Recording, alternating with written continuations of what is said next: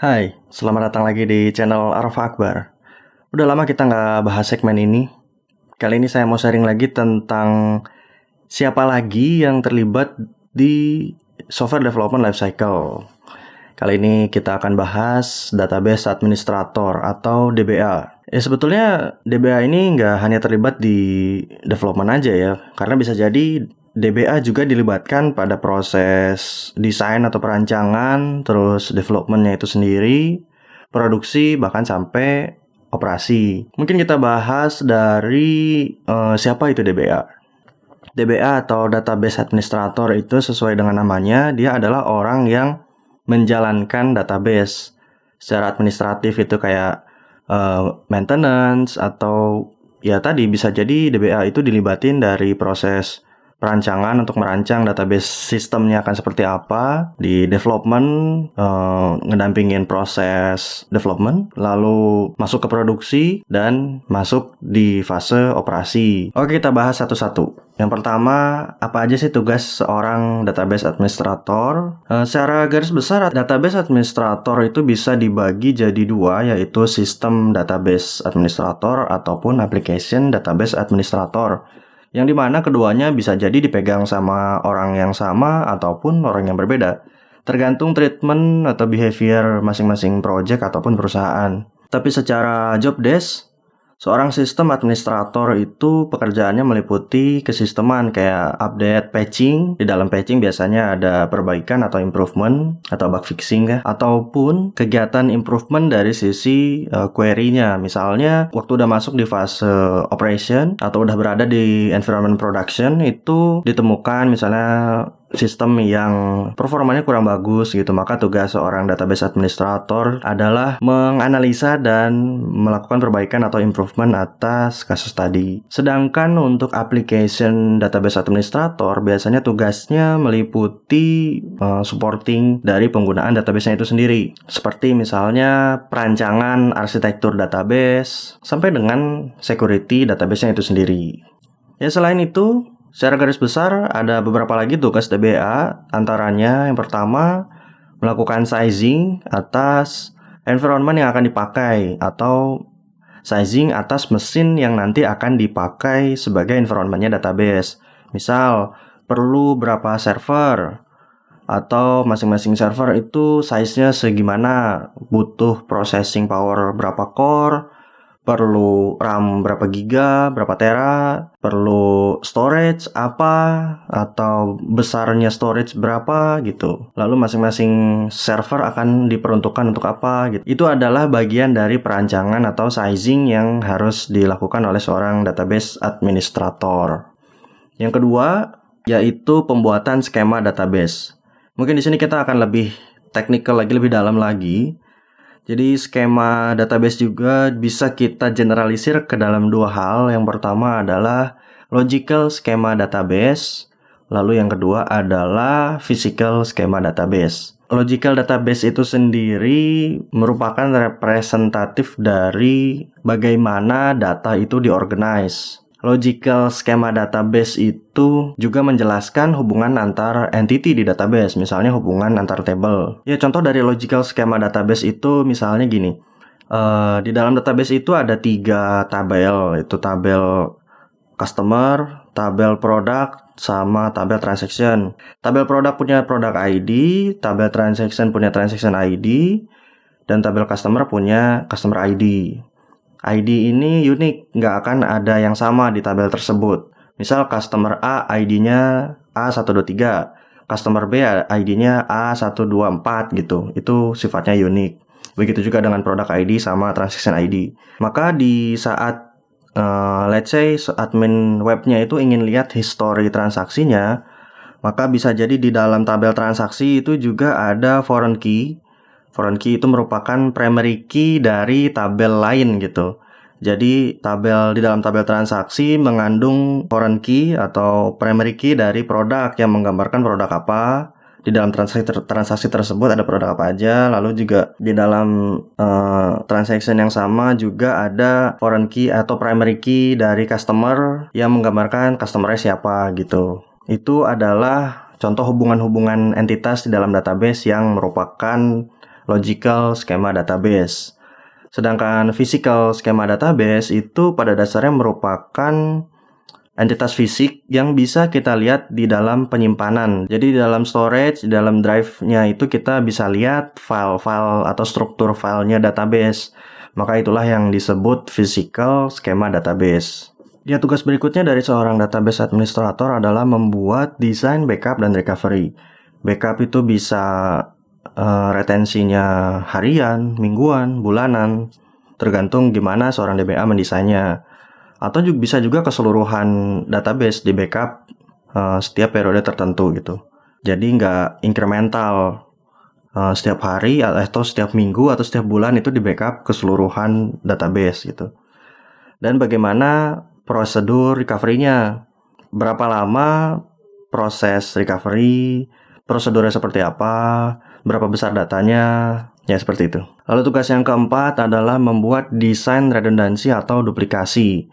Ada beberapa alasan kenapa database perlu diduplikasi. Misalnya nih, udah punya satu database, lalu database itu direplikasi. Jadi ada dua database dengan isi yang sama dan tersinkronis gitu. Gunanya apa? Bisa jadi untuk menjaga data, atau bisa juga jadi database read only yang hanya bisa dibaca tapi nggak bisa ditulis. Misalnya untuk ngelihat laporan, supaya database utamanya itu nggak keganggu gitu. Yang kelima adalah menjaga integritas dan security dari sistem database. Ya, obviously lah. Dan nomor 6 itu performance tuning, performance management dan tuning. Maksudnya di sini tuh seorang database administrator berkewajiban untuk memanage database dan query-query di dalamnya. Kalau ditemukan query-query yang nggak efisien atau berjalan cukup lambat, maka tugas database administrator adalah memberikan solusi bagaimana mengimprove efisiensi atau kecepatan dari suatu query. Dan yang terakhir, ya mungkin nanti habis ini ada lagi, tapi kali ini yang terakhir, yaitu melakukan monitoring atas database sistem itu sendiri untuk menjaga keberlangsungan bisnis di perusahaan. Ya, berikutnya keahlian apa aja yang diperlukan untuk jadi seorang database administrator? Yang pertama adalah SQL atau Structure Query Language. Sebetulnya SQL itu adalah kemampuan dasar yang harus dimiliki oleh semua orang yang ingin berkecimpung di dunia IT, khususnya orang-orang teknis ya. Ada beberapa database populer yang bisa kamu jadiin bahan untuk belajar, kayak MySQL, Postgre, Oracle, MySQL Server, SQL Server dari Windows. Ada juga DB2 dari IBM. Sebetulnya sintaks-sintaks query-nya mungkin sama ya. Di dalam sintaks query itu yang paling terkenal itu kan CRUD. Ada create, update, dan delete gitu. Pelajari itu dulu bagaimana konsepnya dan gimana cara makainya di masing-masing database, dan biasanya sintaks ini akan terpakai juga di database-database yang lain. Mungkin beberapa database punya fungsi-fungsi khusus, misalnya di Oracle ada fungsi apa gitu, di DB2 ada fungsi apa, biasanya hanya ada di spesifik database itu. Berikutnya yang kedua, hal-hal yang harus dikuasai oleh seorang database administrator adalah kemampuan untuk menguasai Linux operating system. Linux ini adalah OS open source paling populer saat ini. Dan biasanya OS Linux itu dipakai sama banyak perusahaan, mau di environment development sampai di environment produksi. Kita bisa download Linux ini secara gratis. Mungkin kita bisa mulai dari distro-distro yang populer kayak Debian atau Ubuntu. Atau mau nyobain Red Hat juga dia bisa kita download dan kita pakai. Tapi kalau misalnya mau naik ke produksi, Red Hat harus ada lisensinya. Lisensinya sebenarnya bukan dari Linux-nya, tapi itu untuk support dari Red Hat-nya. Kemampuan berikutnya yang harus dimiliki oleh seorang database administrator adalah kemampuan untuk analisa. Ya, ini juga pada dasarnya kemampuan yang harus dimiliki sama ya hampir semua lini di perusahaan ya. Karena pastinya masing-masing area akan nemu masalahnya sendiri-sendiri, dan kemampuan analisa yang baik akan sangat diperlukan untuk mencari tahu sebetulnya masalah apa sih yang sedang terjadi. Kemampuan berikutnya yang harus dimiliki oleh seorang database administrator adalah kemampuan untuk menyelesaikan masalah atau troubleshooting. Ya, analisanya selesai, ketemu masalahnya apa, maka database administrator harus juga bisa mencarikan solusinya. Misalnya tadi ketemu query atau prosedur yang jalannya nggak optimal gitu, lambat gitu, maka seorang database administrator harus bisa mengimprove kinerja dari query atau prosedur tersebut. Dan kemampuan berikutnya adalah kemampuan komunikasi. Ya pastinya ini juga salah satu basic skill yang harus dimiliki oleh hampir semua lini di industri. Karena hampir di semua proses kemampuan komunikasi akan sangat dipakai. Misalnya habis analisa kan kita seorang database administrator harus mengkomunikasikan kepada stakeholder ke apa yang sebenarnya terjadi.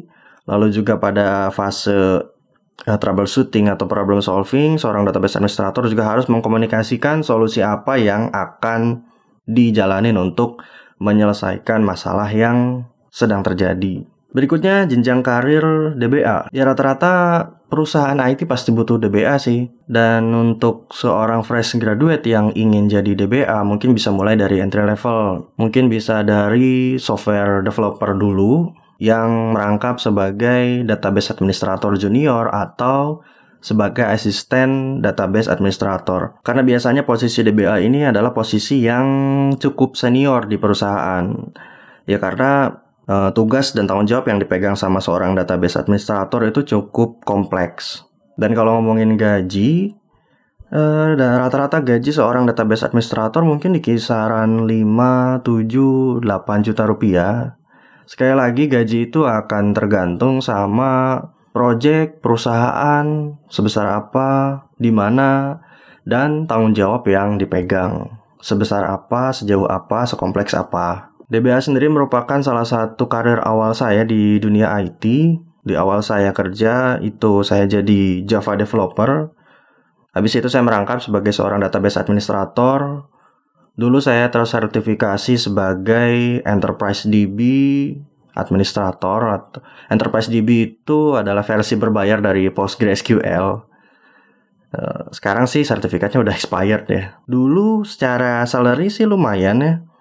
Dulu mungkin gaji saya waktu jadi DBA itu sekitar 2 kali UMR pada saat itu. Ya jadi untuk kamu yang ingin berkecimpung atau bekerja sebagai seorang database administrator, silakan pelajari tadi skill-skill apa aja yang diperlukan, lalu job desk-nya akan seperti apa gitu.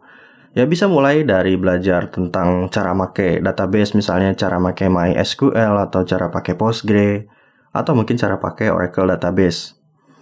Di masing-masing perusahaan biasanya punya penggunaan database yang spesifik. Ada yang fokus pemakaiannya di Oracle, ada yang fokus pemakaiannya di Postgre, ada yang fokus pemakaiannya di SQL servernya Microsoft, ada yang macam-macam lah. Silakan mulai dipelajari aja sintaks-sintaks SQL. Lalu kalau masih berminat lebih dalam lagi, pelajari juga fungsi-fungsi yang spesifik hanya dimiliki oleh database-database tertentu. Ya, dan itu dia video kita kali ini. Semoga informatif atau ya sekedar jadi informasi. Ya, makasih buat yang udah nonton. Silakan like, comment, subscribe, apapun. Kalau ada pertanyaan, insya Allah saya jawab semampu saya. Makasih buat yang udah nonton. Semoga sehat selalu. Assalamualaikum. Peace.